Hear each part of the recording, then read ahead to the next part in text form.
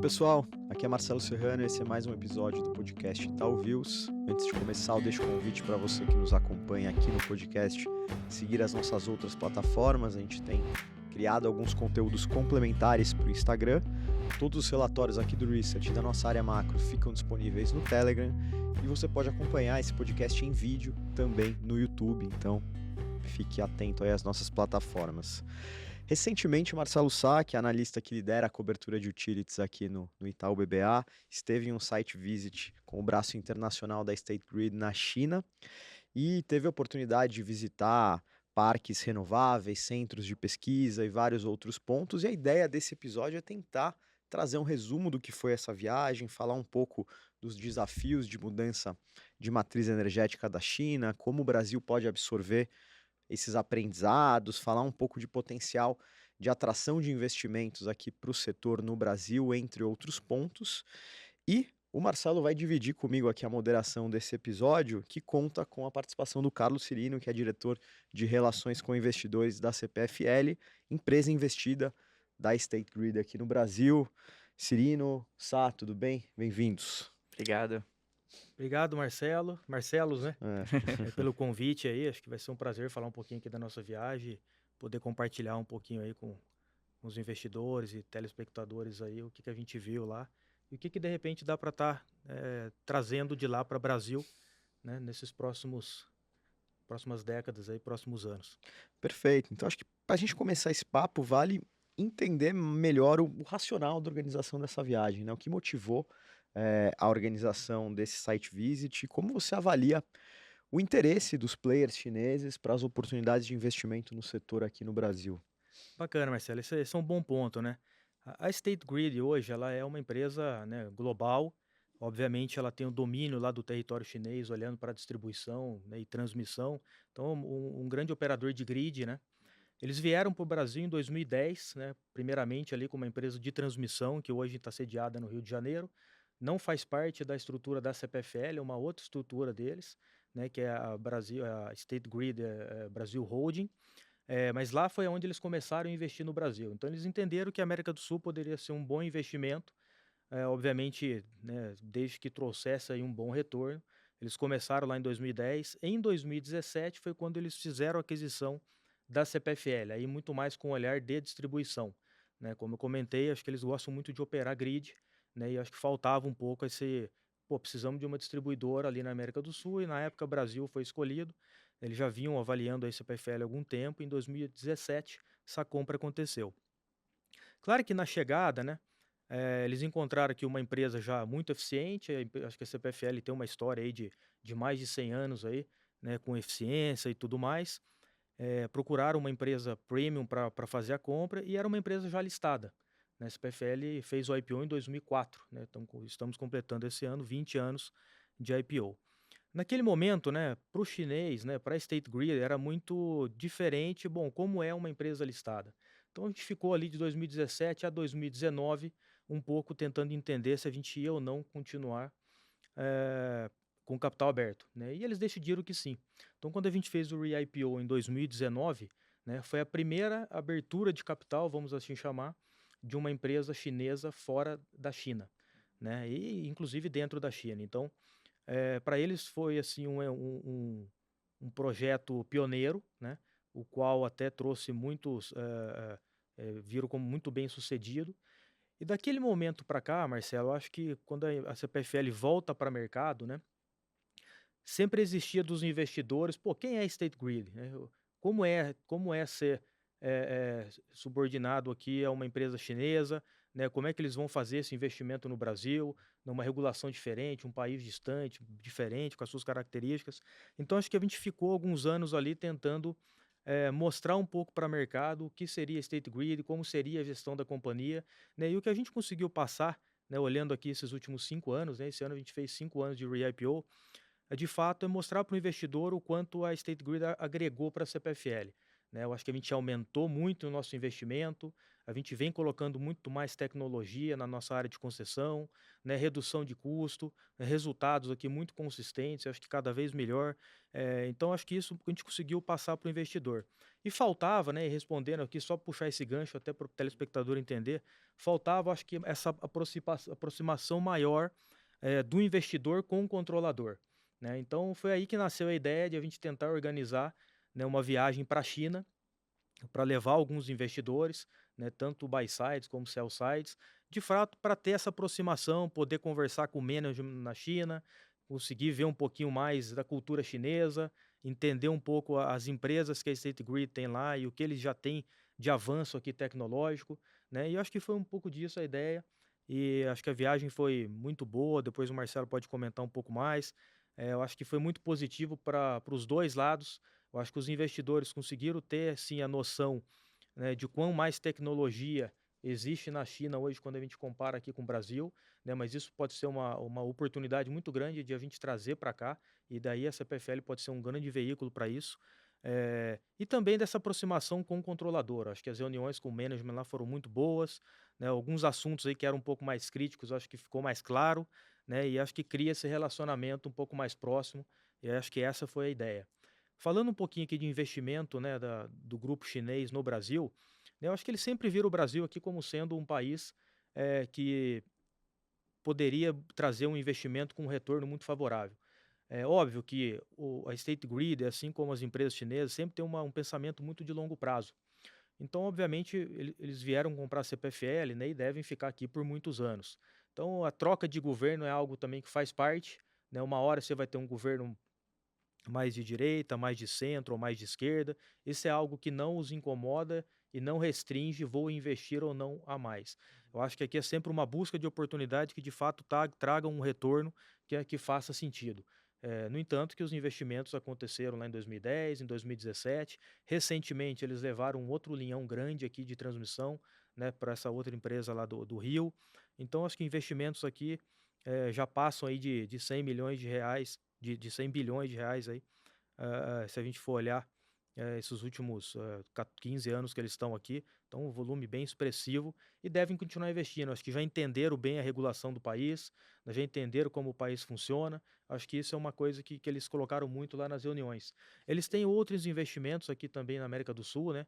Chile é um exemplo, né? Mas eu acho que ali eles ainda estão aprendendo muito, né? Até por ser uma regulação um pouco diferente, né? Um país com algumas regras um pouco diferentes. Então, eu acho que Brasil, até pelo tempo que eles estão aqui, já são mais conhecidos. Então, assim, eu acho que eles têm sim a ideia de aumentar investimento aqui, e, obviamente, isso precisa estar atrelado aí com uma oportunidade de retorno que realmente faça sentido. Bacana. Aí, sob o seu ponto de vista, Marcelo, quais foram os principais takeaways aí da viagem? Eu acho que foi bem interessante a reunião com o top management da State Grid que a gente teve.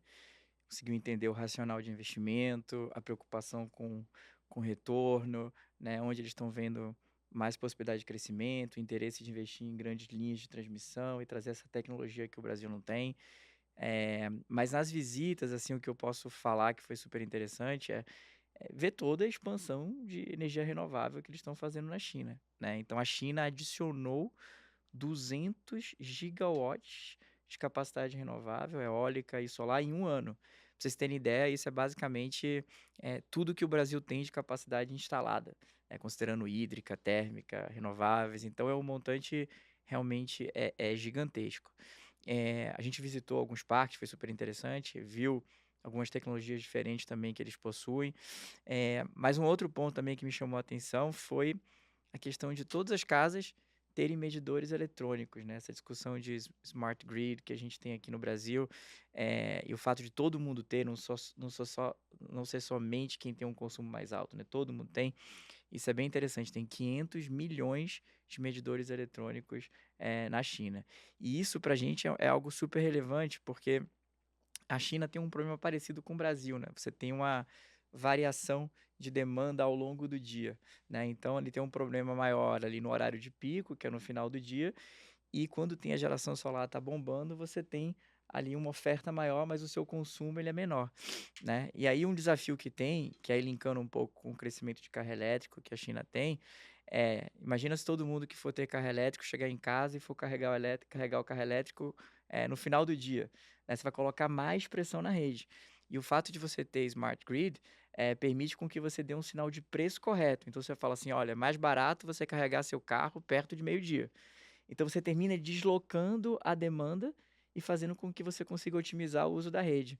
E acho que o Brasil vai passar por um desafio parecido, olhando no futuro, né? Então acho que são aprendizados importantes aqui, que a gente pode trazer para o Brasil. E aí eu acho que talvez, pegando esse gancho, perguntando para o Cirilo um pouco, né? Como é que você vê a evolução, né, de smart grid no Brasil, instalação de medidores eletrônicos, evolução de carro elétrico, como a CPFL tá vendo aí esse potencial? Bom ponto, Marcela. Quando a gente olha para smart meter, né, é o que você falou, quer dizer, lá na China a gente já vê há tempos aí, né, mais de 500 milhões aí de smart meter instalado já para toda a população. O smart meter ele acaba sendo vamos dizer, a base da infraestrutura para você pensar numa cidade inteligente, né, numa smart city, obviamente linkar tudo isso com a gestão da sua casa, com a sua própria geração, com o carro elétrico, né? Então o smart meter acho que é o início. Uhum. Então, assim, o Brasil acho que ele está no momento aqui de fato, as empresas começarem a fazer esse tipo de investimento. Talvez tenha até já passado um pouco esse momento, mas a gente precisa começar, né? Obviamente aqui a gente anda sempre com uma regulação embaixo do braço, então Uhum. a gente também tem que entender como é que esse tipo de investimento casa com a regulação, né? Nossa EPFL, a gente já tem colocado um pouco, a gente tem um plano aqui de começar a instalar os smart meter, já a partir desse ano, com o ano que vem, obviamente, né, a gente tem 10 milhões de clientes hoje, então não é uma coisa que você faz do dia para a noite.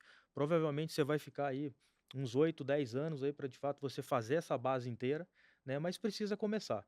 Acho que outras empresas também têm visto aí esses projetos como essencial, principalmente empresas que estão aí em grandes centros, né? Acho que as empresas que estão aqui em São Paulo, nas capitais, têm olhado E a isso aí, Copel também. né? Copel, né, aqui em São Paulo, a própria Enel. Então, acho que são empresas que têm tentado empurrar um pouco mais essa agenda. A gente já tem um trabalho que a gente vem mostrando aí para a ANEEL já há alguns anos, né, tentando discutir, né, a instalação mais massiva desses smart meter. E o que a gente viu agora com esse último decreto, né, com uma possível antecipação aqui de renovação das companhias, é que parece que se deixou um pouco mais aberto essa condição de a gente olhar mais para a tecnologia, né, e de fato de começar a ter eh, um benefício de se instalar isso um pouco mais rápido.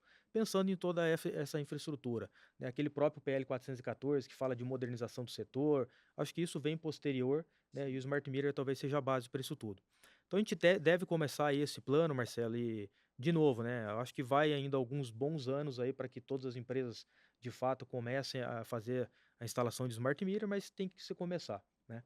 É a infraestrutura básica aqui para qualquer tecnologia que venha depois. E daí, falando um pouquinho de carro elétrico, né, acho que é um outro ponto que a gente viu muito lá. A China hoje tem 23 milhões de veículos elétricos com mais ou menos 9 milhões de carregadores, né? A própria State Grid lá tem uma empresa que fabrica esses carregadores, né? Hoje o Brasil a gente tem mais ou menos 300 mil veículos leves elétricos, né, com 7 mil carregadores. Então, obviamente, uma proporção muito menor, mas um potencial de crescimento. A gente vem vendo aí um crescimento grande, né, de veículos híbridos, veículos elétricos. Hoje ainda esse consumo é muito pequeno, né? A gente tem algumas expectativas, né, e algumas previsões que a gente faz lá com a área de mercado.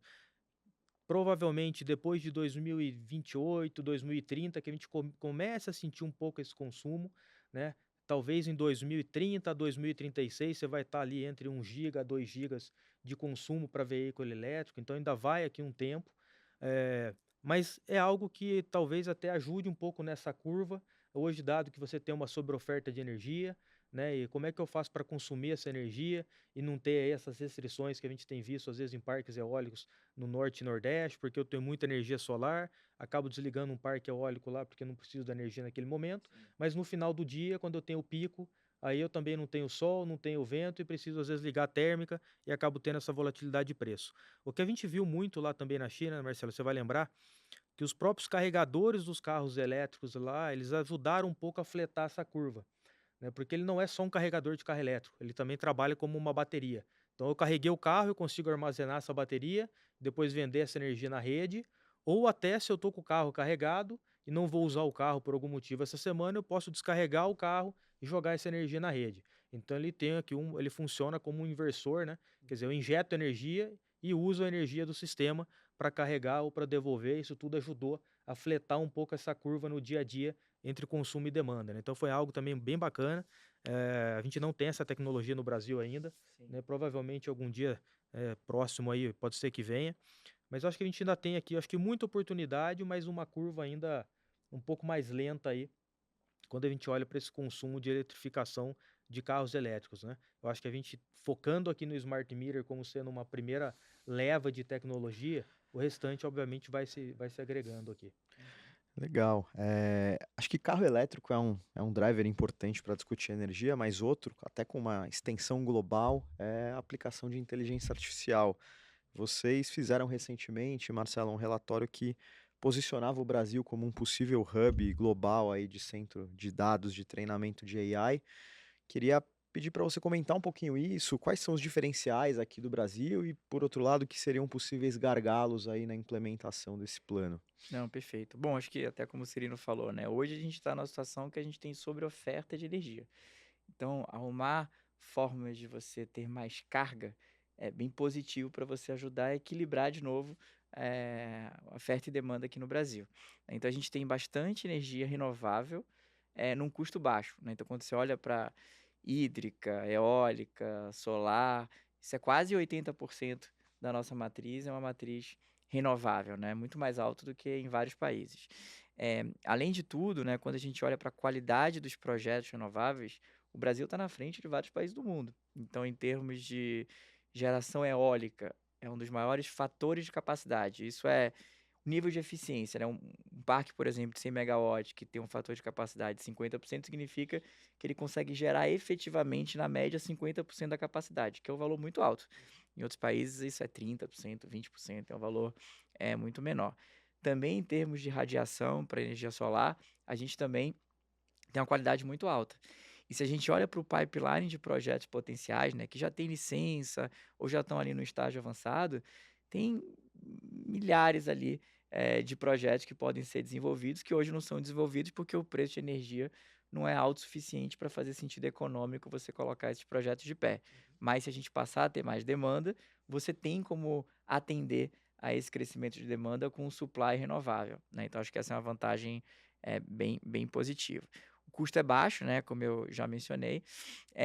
E aí eu acho que de pontos de atenção, talvez, que a gente tem, acho que é a carga tributária, né? Então, acho que para essa parte de data center, a gente estava tendo um call com uma outra companhia do setor e mencionou que isso é um ponto de preocupação. Eu acho que a questão regulatória, né? Que eu acho que proteção de dados, eu acho que é algo bem relevante que precisa ser discutido. Um ponto que a gente endereça no relatório, que eu acho que é interessante, que é o crescimento de demanda se a gente tiver uma adoção maior de inteligência artificial no mundo e o Brasil pegar um pouco desse market share, né? Hoje você pode, por exemplo, não é tão relevante onde o data center está localizado, você tem no Brasil, por exemplo, o data center que vai estar ali focado em fazer treinamento de modelos de inteligência artificial, que vai precisar de energia e não precisa estar perto de onde está o cliente que está acessando aquele site, por exemplo, em que latência não é relevante. Então, poxa, se o Brasil pegar, por exemplo, 10% desse market share, é coisa pra caramba para você gerar. E os Estados Unidos, né, tem um pouco mais de restrição de crescimento de oferta renovável, já está tendo lá pressão de preço. Então, acho que tem questões ali políticas também que talvez podem colocar o Brasil numa posição de vantagem se a gente souber aproveitar. Então, a gente está bem otimista, assim, para esse potencial. Óbvio, não é um negócio pro mega curto prazo, mas eu acho que pensando no médio e longo prazo, pode ser uma demanda sim que o Brasil vai ter. Eh, Aí eu acho que ouvi também um pouco do Cirino, né? Como que a State Grid vê e analisa investimentos no Brasil, né? Se está focado em retorno, se tem algum tipo de investimento que eles preferem, como é que é o racional deles, né? Eu fiquei impressionado com a forma como eles foram colocando isso, mas acho que é importante você descrever um pouco esse dia a dia, como é que é o processo de decisão. Legal, Marcelo. Eh, Só trazendo de novo aqui a questão da State Grid, né? CPFL hoje é um dos ativos aí muito relevante ali na SDID, né, que é International Development, que é o braço deles quando olha para investimentos aí no mundo, né? Então a gente tem hoje uma relevância, né, grande, né, dentro desse portfólio mundo deles. Obviamente, eles entendem que tendo oportunidades, né, tanto usando o veículo CPFL quanto outras oportunidades na América do Sul que possam aparecer, que não vão estar vinculadas à CPFL, mas podem ser investimento da própria State Grid, eh, tendo um retorno favorável, acho que é onde eles vão estar olhando. Então, assim, é um pensamento de longo prazo. Eles gostam muito de operar grid, então acho que distribuição e transmissão de fato são o carro-chefe aqui, né? Quando a gente olha para o setor hoje no Brasil, a gente olha para a distribuição, a gente não tem nenhum ativo à venda, porém a gente está num processo aqui de possível antecipação de renovação de concessão, né? Eu acredito que de repente passando esse movimento das empresas de fato renovarem a concessão, né? E você abre mais uma janela aí por mais 30 anos, eh, você pode começar a ter de novo uma consolidação do setor. Hoje você ainda tem muitas empresas, muitas distribuidoras, muitas cooperativas, né, e talvez essa questão de vamos renovar ou não e em que condições ou não, que hoje está um pouco mais clara, passando isso, acho que fica um pouco mais claro também e um pouco mais favorável para as empresas pensarem em investimentos maiores, né? Olhando para a transmissão, acho que o Brasil ele vem aí de alguns anos aí com vários leilões de transmissão, né? A CPFL hoje ela tem focado bastante nisso.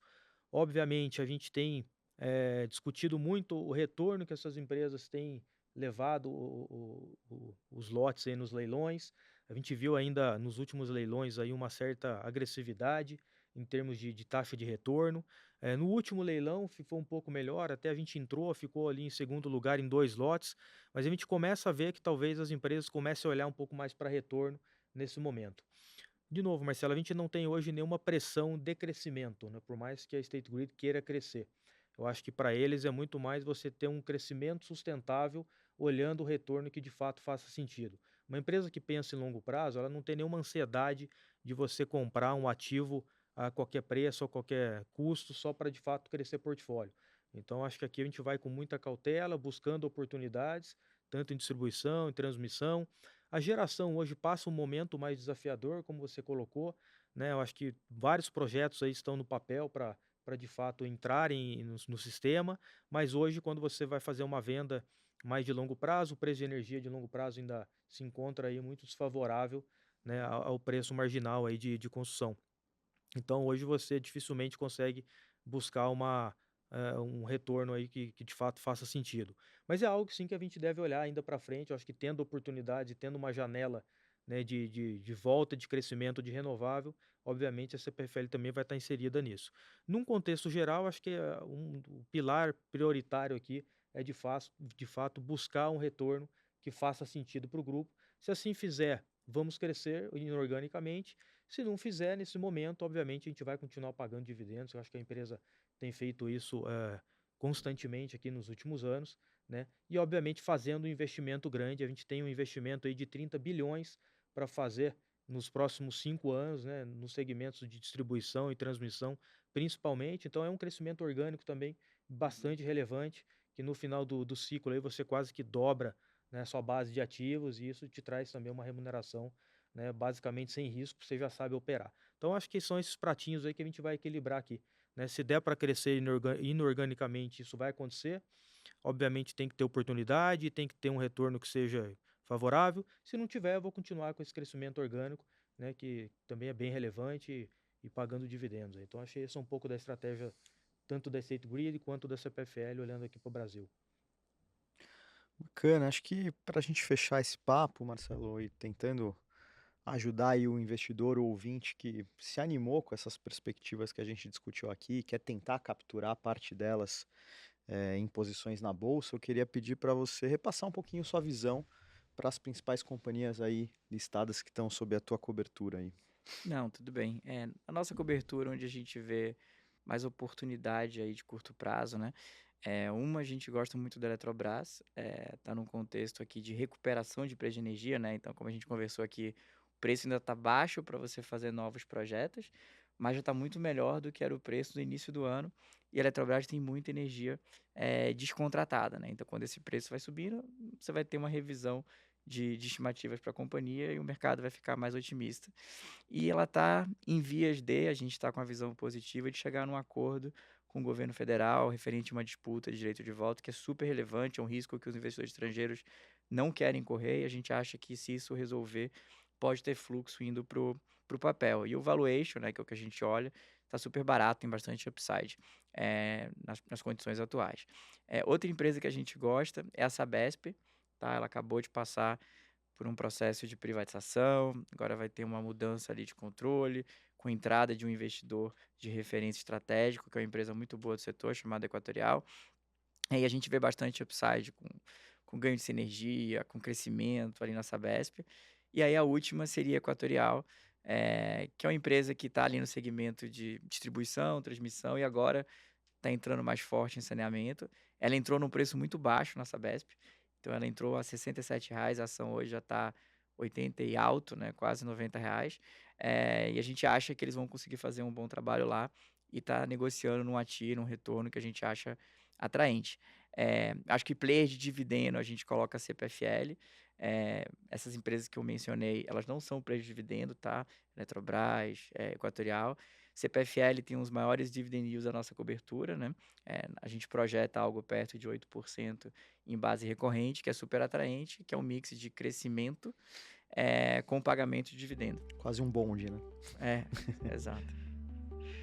Bacana, acho que a gente conseguiu cumprir bem a agenda aqui desse episódio. Eu queria novamente agradecer o Cirino e também ao Marcelo Sá aqui pelo bate-papo. Valeu. Obrigado, pessoal. Obrigado.